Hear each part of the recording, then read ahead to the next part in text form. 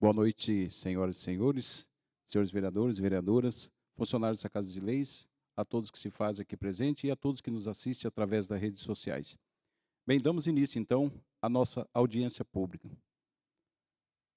A nossa audiência pública, vamos hoje apresentar a discussão dos projetos de lei das diretrizes orçamentárias. Projeto de lei 3197/2022, a nossa LDO. Comissão de Finanças e Orçamentos. Presidente Vanderlei Teodoro da Cunha, Bruno Vioto Costa e Andréa Dias Valério Assone. O planejamento é uma ferramenta administrativa que possibilita perceber a realidade e avaliar os caminhos, construir um referencial futuro, estruturando o trâmite adequado e reavaliar todo o processo a que ele se destina, sendo, portanto, o lado racional da ação. O planejamento cobre o espaço entre onde estamos e para onde queremos ir. Torna possível a concorrência de eventos a ocorrência de eventos e que, em caso contrário, não acontecerão. Na administração pública, a Lei de Diretrizes Orçamentárias, a LDO, é um dos principais instrumentos de planejamento e controle. Ela apresentará a parcela que está prevista para cada uma das metas anuais. A Lei de Diretrizes Orçamentárias é apresentada anualmente, através de projeto de lei para apreciação do Legislativo Municipal, e é nela que serão estabelecidos os parâmetros para a elaboração do orçamento municipal. A referida lei servirá para orientar a execução orçamentária, ou seja, é na LDO que constarão as prioridades para o exercício de 2023 e a discriminação dos serviços a ser executados ou equipamentos a ser adquiridos dentro de cada secretaria e departamento municipal. A elaboração do projeto, a aprovação, a execução da Lei Orçamentária de 2023 permitirão o amplo acesso da sociedade a todas as informações relativas a cada uma dessas etapas, assegurando o controle social e a transparência da gestão fiscal. Lembramos que tal projeto de lei está disponível no site da Câmara Municipal de Colorado, cujo endereço é www.cmcolorado.pr.gov.br. Caso alguém tenha alguma dúvida sobre as informações veiculadas neste material, durante a explanação, que sinta-se à vontade para apresentar o seu questionamento nos integrantes da Comissão de Finanças e Orçamentos, acompanhado da equipe técnica. Estamos à disposição para respondê-los. Vejamos a seguir quais as prioridades apontadas pelo Executivo para o exercício de 2023. Primeiro, modernizar a gestão de políticas públicas com a participação popular. Segundo, intensificar ações para o equilíbrio e controle financeiro municipal. Terceiro, priorizar o acesso ao ensino fundamental e educação infantil. Quarto, impulsionar a atenção à saúde municipal através dos programas de atenção básica, média e de alta complexidade, e demais programas de governo. Quinto, promover assistência social, dando ênfase à promoção humana e qualidade de vida dos municípios. Sexto, detectar as ações para melhorar a infraestrutura municipal, mobilidade urbana e desenvolvimento econômico. Sétimo, apoiar e construir em atividades para conservação e melhorias ao meio ambiente. Oitavo, fomentar atividade desportiva para a erradicação de drogas entre crianças, adolescentes e jovens. Nono, desenvolver e intensificar a agricultura familiar, melhorando o nível de sustentabilidade das atividades do setor agrícola. Essas são as metas e prioridade do Executivo para o nosso município no exercício de 2023.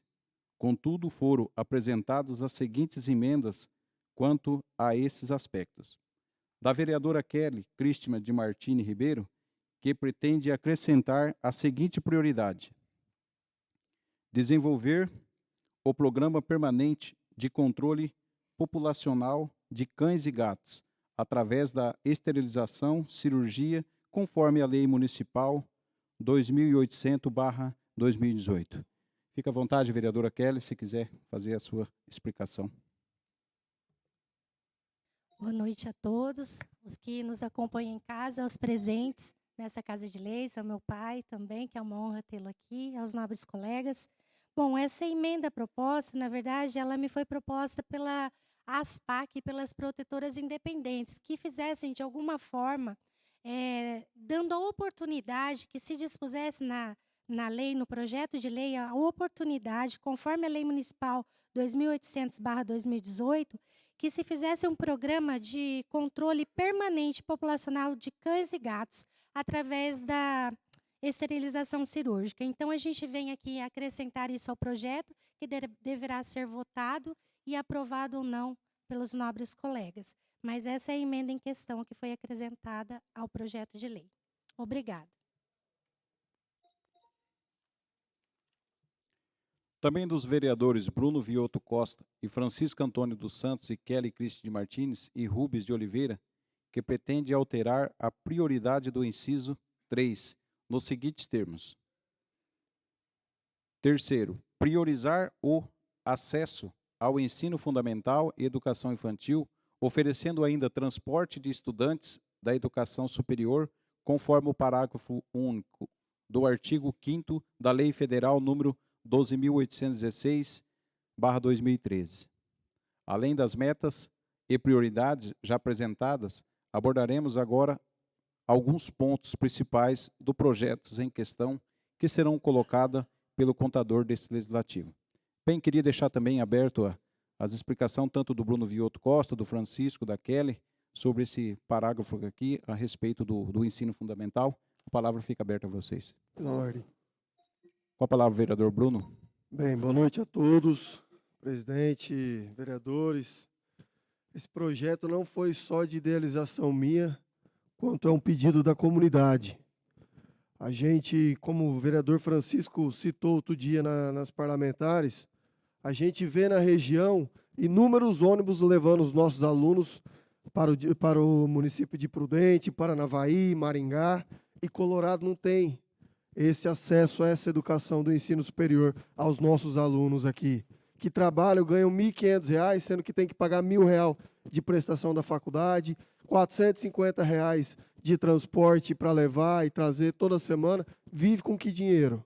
Não tem custo, não tem custeio, não consegue se manter. Então, essa é uma ideia da população, todos os universitários que vieram nos pedir, e em parceria com o vereador Chico, vereadora Kelly, vereador Rubens, a gente teve essa ideia para melhorar as condições do povo de Colorado. Obrigado, senhor presidente. Pela ordem. Com a palavra, vereadora Kelly. Essa emenda no projeto, que também será votada e discutida, ela vem como exemplo de várias cidades que temos aí na região, onde nós temos o transporte universitário a custo zero, né? Quando a gente fez indicações aqui, nesta Casa de Leis, aprovada por unanimidade, nós pedimos que isso fosse possível, uma realidade de Colorado para os nossos estudantes que moram em Colorado e que estudam fora da cidade. E a resposta foi que não tinha previsão orçamentária. Então, aqui nós estamos dando essa previsão orçamentária, inclusive a lei federal em qual se pode basear para que ela seja atendida. É um pedido aqui, como o vereador Bruno já citou, de vários vereadores, mas principalmente dos universitários que estão sofrendo financeiramente para bancar esporte, transporte, alimentação e, às vezes, a faculdade quando é particular. Obrigada. Neste momento, agora, eu passo a palavra para o Anderson, nosso contador do nosso legislativo, para que ele possa fazer a explanação da nossa específica lei do Poder Legislativo. Com a palavra, então, vereador, o nosso secretário Anderson. Senhor presidente, demais vereadores, comunidade presente, comunidade que nos acompanha nas redes sociais, uma boa noite a todos. Então, presidente, nós pegamos alguns pontos. A LDO é bem extensa, né? São vários artigos, então não daria para a gente colocar aqui toda a LDO, mas ela está disponível no site do Legislativo para quem quiser ter acesso, e também estamos à disposição para qualquer questionamento durante ou após a audiência pública. Então, pegamos uns pontos que a gente entendeu mais relevantes, né? E os demais, a grande maioria, cumprindo-se as leis federais, né? Não teria como mudar qualquer tipo de situação, né? Então, pegamos alguns pontos, qualquer dúvida, estamos à disposição. No artigo 18 do projeto, que trata do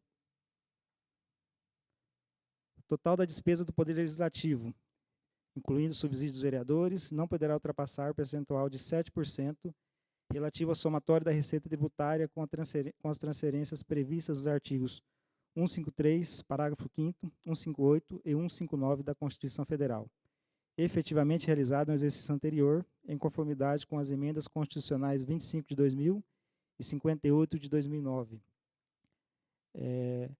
Então, pela quantidade de habitantes que nós temos, né, essa última aí de 2009, que foi essa última subdivisão, pela quantidade de habitantes de Colorado, nós temos direito a 7% sobre determinadas receitas efetivamente arrecadadas no exercício anterior, né? Então, aquele que a gente sempre coloca nas audiências públicas, nós usamos aí 4 a 4,5%. Então, nós poderíamos utilizar os 7% de determinadas receitas. Não é toda a receita corrente líquida do município, mas é boa parte dela. Esse é o percentual máximo que o Legislativo de Colorado poderia utilizar, incluindo todas as suas despesas, folha de pagamento, manutenção do prédio, veículos, tudo. Do 10º, que é o valor que a gente tem direito, né, dividido pelos 12 meses, devido ao Poder Legislativo, será repassado até o dia 20 de cada mês, sob pena de crime de responsabilidade do prefeito, conforme disposto no artigo 29A da Constituição Federal. Então, o prefeito ele não tem opção, né? Ele tem que, o dinheiro da Câmara, os 7%, é constitucional, e ele tem que repassar até o dia 20 de cada mês. Despesa total com folha de pagamento do Legislativo, incluindo os gastos com subsídios dos vereadores, não poderá ultrapassar 70% de sua receita, de acordo com o mesmo artigo 29A da Constituição Federal e em conformidade com a nossa lei orgânica. Então, de todo esse recurso que nós recebemos, dos 7% lá das receitas, nós podemos utilizar 70% desse valor com folha de pagamento, funcionários e também vereadores. Bom, da parte que trata do orçamento do Legislativo na LDO, seria isso. Das diretrizes para a elaboração e execução dos orçamentos do município, agora o orçamento como um todo, né? A LDO ela vai direcionar a LOA, né, que é a Lei Orçamentária Anual, que tem a sua previsão, ela tem que ser protocolada aqui até o dia 31 de agosto. Então, os senhores têm que aprovar a LDO e, posteriormente, encaminhar o nosso orçamento para o município, para que ele incorpore o nosso orçamento na lei geral, né, na lei orçamentária, e retorne para o Legislativo para apreciação até dia 31 de agosto. No artigo 28 do projeto de lei da LDO, dispõe que o município poderá firmar parcerias voluntárias envolvendo ou não transferências financeiras através de chamamento público, prevista na lei orçamentária, a título de subvenções sociais, a entidades privadas sem fins lucrativos, de atividades de natureza continuada, que preencham determinadas condições. Então, são esses, a grande maioria das emendas impositivas, né, que destinam para as entidades, tem que atender, além das leis maiores, a nossa lei de diretrizes orçamentárias também. Então, tem que ser entidades que sejam de atendimento direto ao público para a consecução da finalidade de interesse público, associações, cooperativas, organizações não governamentais, organizações da sociedade civil de interesse público ou organizações sociais. Tem que ser entidades que se achem em dia quanto ao pagamento de tributos devidos ao ente transferidor. Então, se a entidade deve ao município ou qualquer ente governamental, ela não pode receber recursos públicos. Os repasses de recursos serão efetivados através de termos de colaboração ou termos de fomento, conforme determina a Lei 13.204 de 2015 e suas alterações, sendo que para habilitar-se ao termo de colaboração ou fomento, a entidade privada sem fins lucrativos deverá apresentar declaração de funcionamento regular nos últimos 3 anos e comprovante de regularidade do mandato de sua diretoria. Então, a entidade não pode iniciar as atividades e já receber o recurso público, né? Ela tem que ter no mínimo aí 3 anos aí, regular no seu CNPJ e o mandato da sua diretoria também. As entidades beneficiadas encaminharão ao órgão repassador a prestação de contas dos recursos recebidos na forma física e através do SIT, que é o Sistema Integrado de Transferência do Tribunal de Contas do Estado do Paraná, ficando impossibilitada de receber novo repasse, caso tenha prestação de contas pendente. Então, a entidade recebeu algum recurso, tem o prazo já determinado no termo de colaboração ou de fomento para executar esse recurso e para prestar contas. Caso não faça ou a prestação de contas seja reprovada, a entidade não poderá receber recursos públicos enquanto não sanar todas as pendências. No artigo 30, proíbe a aplicação da receita derivada da alienação de bens e direitos que integram o patrimônio público para o financiamento de despesa corrente, salvo se destinada por lei aos regimes de previdência social geral e próprio dos servidores públicos, conforme o artigo 44 da Lei de Responsabilidade Fiscal. Então, supondo que a prefeitura faça um leilão e venda alguns bens, veículos ou bens, equipamentos, o que arrecadar com esse leilão, ela não poderá destinar a despesas correntes. Então, ela tem que aplicar em imóveis ou equipamentos, né, de bens, são bens duráveis. A única exceção é quanto à previdência, né, que aí poderia, por exemplo, fazer o repasse para fazer a cobertura da previdência, se fosse o caso, né? O artigo 38 trata da receita do município. A receita total do município prevista no orçamento fiscal será programada de acordo com as seguintes prioridades. Então, do recurso que entra no município, quais são as prioridades? O que ele tem que priorizar? Pessoal e encargos sociais, na folha de pagamento. Depois, nessa ordem. Depois, o custeio administrativo e operacional, né? Custeio da máquina pública. Depois, a garantia dos princípios constitucionais, em especial no que se refere à educação e saúde, né? Os índices de educação e de saúde têm que ser mantidos. Depois, o pagamento de sentenças judiciais. Depois, contrapartida de convênios, financiamentos e operações de crédito. E, por fim, a reserva de contingência, né, que é uma reserva para situações imprevistas, aí, calamidade pública, né, que todo orçamento deve constar no mínimo 0,5% do valor total. Então, a prefeitura, por exemplo, não pode estar devendo lá, resumidamente, a folha de pagamento e estar aplicando recursos em outras áreas, em materiais de consumo, porque a prioridade primeira é a folha de pagamento, pessoal e encargos sociais. É o que diz a lei. No artigo 39, as obras já iniciadas terão prioridade na alocação de recursos para sua continuidade ou conclusão. Bem claro, né? Obras com recurso próprio terminam o que já está iniciado, então as já iniciadas têm prioridade. Depois você começar a obra nova, desde que seja com recurso público, né, e não excetuando-se aí os convênios, né, a fundo perdido. No artigo 61, o Poder Executivo encaminhará ao Legislativo, juntamente com o projeto de lei orçamentária anual, o quadro de detalhamento da despesa, que a gente chama de QDD, especificando por projetos, atividades e operações especiais os elementos de despesa do orçamento fiscal e da Seguridade Social.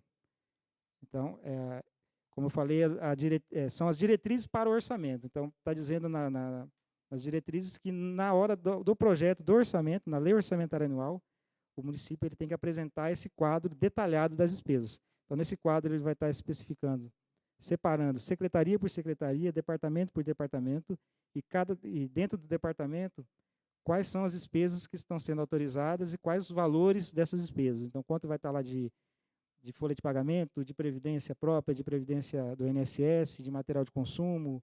Então, só nesse QDD, que é um quadro do orçamento, não é desse da diretriz, é do orçamento, mas essa diretriz ela tem que constar aqui para que o orçamento venha de acordo, obedecendo não só o PPA, que é feito para 4 anos, mas também a lei de diretrizes orçamentárias que vai ser votada a seguir, né? Bom, os pontos que nós juntamente com a assessoria jurídica, a gente apontou que, de repente, pudesse ter alguma...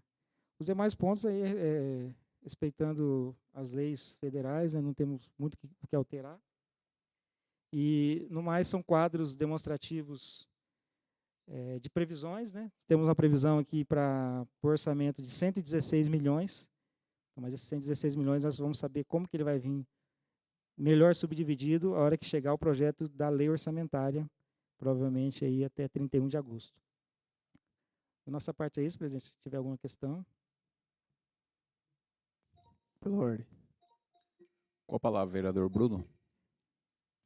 Anderson, no artigo 39 aqui, as obras já iniciadas terão prioridade na alocação de recursos para a sua continuidade ou conclusão. O asfalto da Avenida Atlântica entra nessa questão de prioridade aqui? Ele entra, o problema é que ele não é feito com recurso próprio, né? Ele foi financiamento, né? Então, a gente precisa ver como é que está a situação eu acredito que ela já é uma demanda judicial, né? Não sei se já chega a esse ponto. Então, a gente tem que ver qual que é a situação judicial lá e se o recurso foi repassado totalmente, se não foi usado, se tem dinheiro na conta, se não tem, né? Então, ali tem mais assim, as obras iniciadas, elas têm prioridade, sim, em regra geral, né? É claro que aí cada obra vão ter que ver a questão específica dela, né? Mas, no geral, as obras iniciadas têm que ter a prioridade.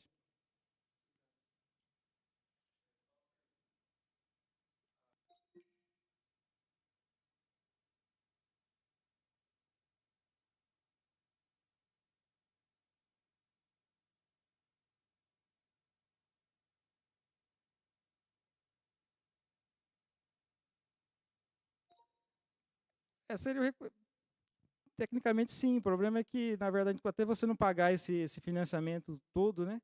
Você é um recurso da agência de fomento, vamos dizer assim, né? Do órgão repassador que emprestou esse recurso porque você ainda não fez, como se você alienasse, né, seu veículo lá, né?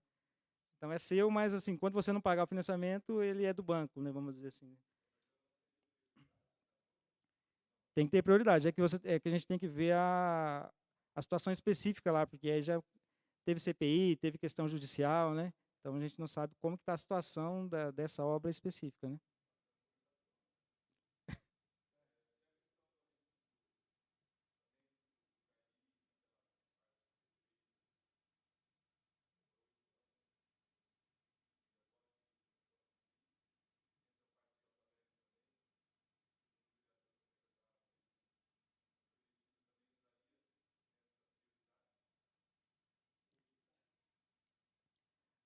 A conclusão da rede de esgoto, eu acredito que não seja nem na previsão para o próximo orçamento. Então, é aquela história, nós precisamos ver o caso específico, né? A gente tem que ver a situação da obra, se tem demanda judicial, se não tem, se já está licitado, se não está, se tem recurso na conta, se não tem. Então, essas informações a gente não consegue, né? Aí os vereadores têm que solicitar, fazer os requerimentos e aguardar a resposta do executivo.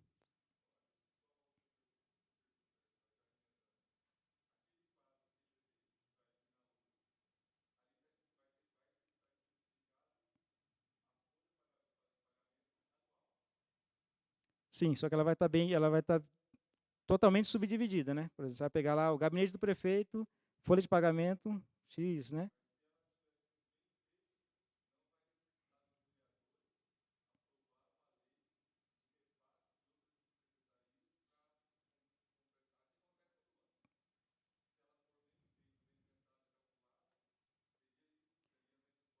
Eu acredito assim que A alteração, ela, por mais bem planejada que seja, ela vai acontecer. É claro que, de repente, não no volume que normalmente chega aqui para nós, 4, 5 milhões, né? Eu acredito que foi ano passado, né? Um pouco mais, né? O problema é assim, e as alterações dependem muito também do executivo, né?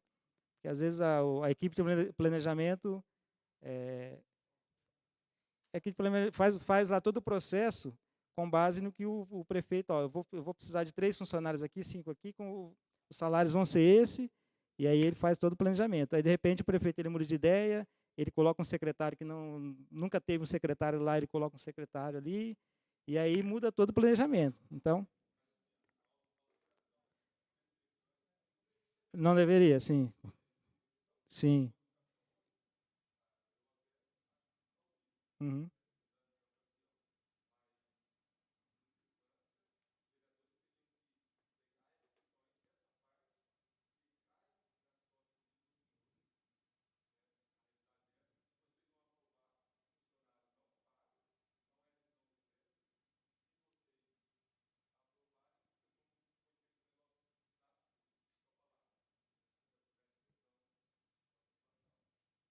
É que a folha de colorado é como o contador do município colocou aqui na audiência, né? Você viu que a última audiência nós fechamos o primeiro quadrimestre em 40%. Então, quer dizer, se você olhar o número absoluto, a 40%, então a situação do município quanto à folha de pagamento é absolutamente tranquila em relação a todo o Brasil, vamos dizer assim, né? A grande maioria dos municípios. Você com 40% é tranquilo. Mas, na verdade, é 40%, mas o município não tem recurso. Mas por que não tem recurso se tem uma folha só de 40%? Porque chega a 25 milhões de reais, por exemplo, no ano para o hospital.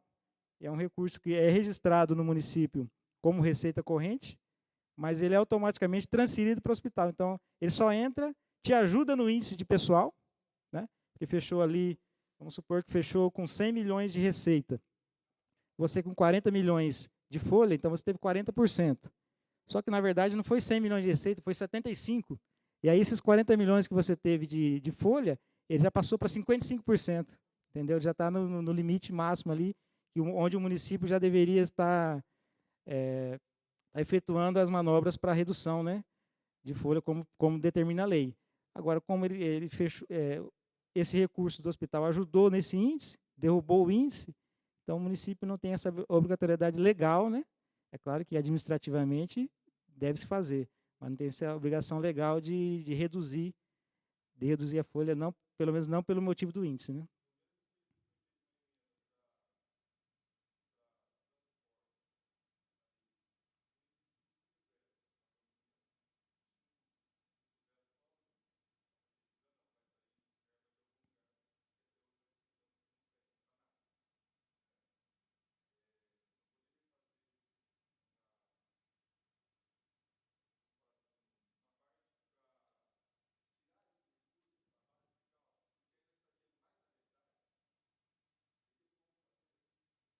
Você fala destacar o recurso já para...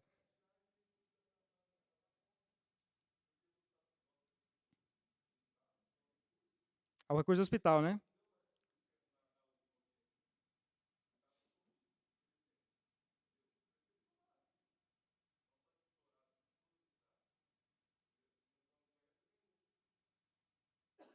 Entendi.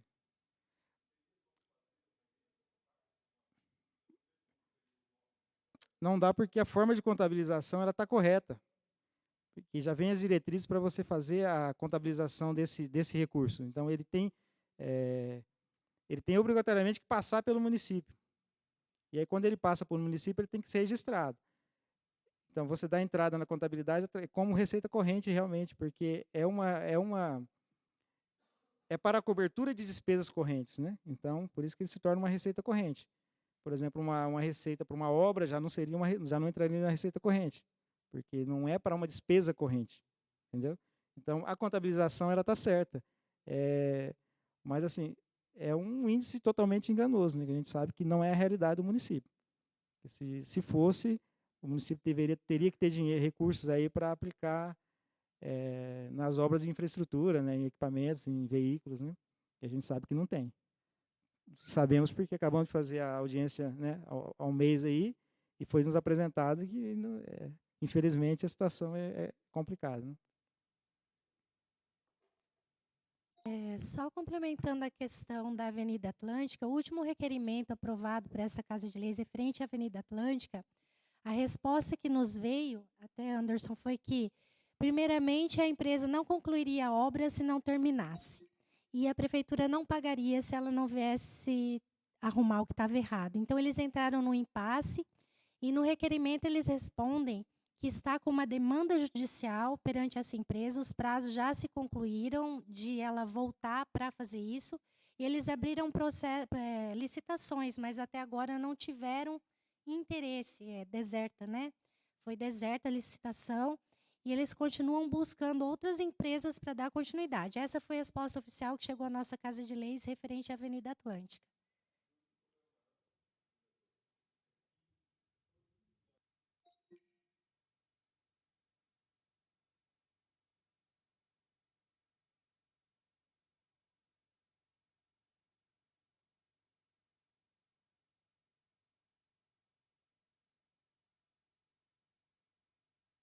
Entendi, sim, mas eu acho que por enquanto está tudo meio que bloqueado até que se tenha soluções perante a justiça, se a empresa vai ter que ressarcir o município de alguma forma, como que vai ficar isso, né? Porque geralmente as empresas que vêm e fazem essas coisas erradas, elas somem, CNPJ é dado baixa e não se acha mais a empresa. Pelo menos essa informação da maioria das que passaram por aqui, infelizmente. Então, agora eu acho que vai aguardar os trâmites judiciais mesmo. E também não acho justo o município pagar por uma coisa que não foi contratada. Concordo com você.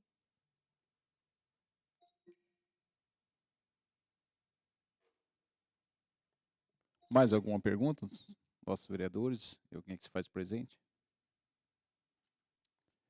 Bem, perante as nossas informações, as nossas descrições, então, declaro aqui encerrado a nossa audiência pública.